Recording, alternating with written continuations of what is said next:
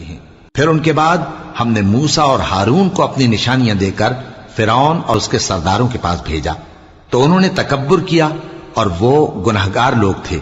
تو جب ان کے پاس ہمارے ہاں سے حق آیا تو کہنے لگے کہ یہ تو کھلا جادو ہے۔ موسیٰ نے کہا، کیا تم حق کے بارے میں جب وہ تمہارے پاس آیا یہ کہتے ہو کہ یہ جادو ہے؟ حالانکہ جادوگر فلاح نہیں پانی کے۔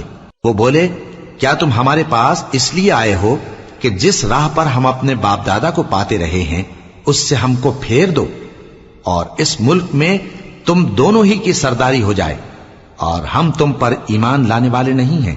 اور فرعون نے حکم دیا کہ سب کامل فن جادوگروں کو ہمارے پاس لے آؤ۔ چنانچہ جب جادوگر آئے تو موسیٰ نے ان سے کہا کہ جو تم کو ڈالنا ہو ڈالو۔ پھر جب انہوں نے اپنی رسیوں اور لاٹھیوں کو ڈالا تو موسیٰ نے کہا کہ جو چیزیں تم بنا کر لائے ہو جادو ہے، اللہ اس کو ابھی نیست و نابود کر دے گا۔ اللہ شریروں کے کام سنوارا نہیں کرتا، اور اللہ اپنے حکم سے سچ کو سچ ہی کر دے گا، اگرچہ گناہگار برا ہی مانے۔ تو موسیٰ پر کوئی ایمان نہ لایا مگر اس کی قوم میں سے چند لڑکے، اور وہ بھی فرعون اور اس کے اہل دربار سے ڈرتے ڈرتے کہ کہیں وہ ان کو آفت میں نہ پھنسا دے۔ اور فرعون ملک میں متکبر تھا اور کبر و کفر میں حد سے بڑھا ہوا تھا۔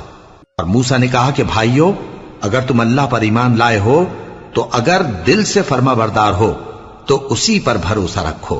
پس وہ بولے کہ ہم اللہ ہی پر بھروسہ رکھتے ہیں۔ اے ہمارے پروردگار، ہم کو ظالم لوگوں کے ہاتھ سے آزمائش میں نہ ڈال، اور اپنی رحمت سے ہمیں قوم کفار سے نجات بخش۔ اور ہم نے موسیٰ اور اس کے بھائی کی طرف وحی بھیجی کہ اپنے لوگوں کے لیے مصر میں گھر بناؤ، اور اپنے گھروں کو قبلہ یعنی مسجدیں ٹھہراؤ، اور نماز قائم کرتے رہو، اور مومنوں کو خوشخبری سنا دو۔ اور موسیٰ نے کہا کہ اے ہمارے پروردگار، تو نے فرعون اور اس کے سرداروں کو دنیا کی زندگی میں بارونق ساز و سامان اور مال و زر دے رکھا ہے۔ اے پروردگار، کیا اسی لیے کہ وہ تیرے رستے سے گمراہ کر دیں؟ اے پروردگار، ان کے مال کو برباد کر دے اور ان کے دلوں کو سخت کر دے کہ ایمان نہ لائیں جب تک عذاب علیم نہ دیکھ لیں۔ اللہ نے فرمایا کہ تمہاری دعا قبول کر لی گئی، تو تم ثابت قدم رہنا اور بے عقلوں کے رستے پر نہ چلنا۔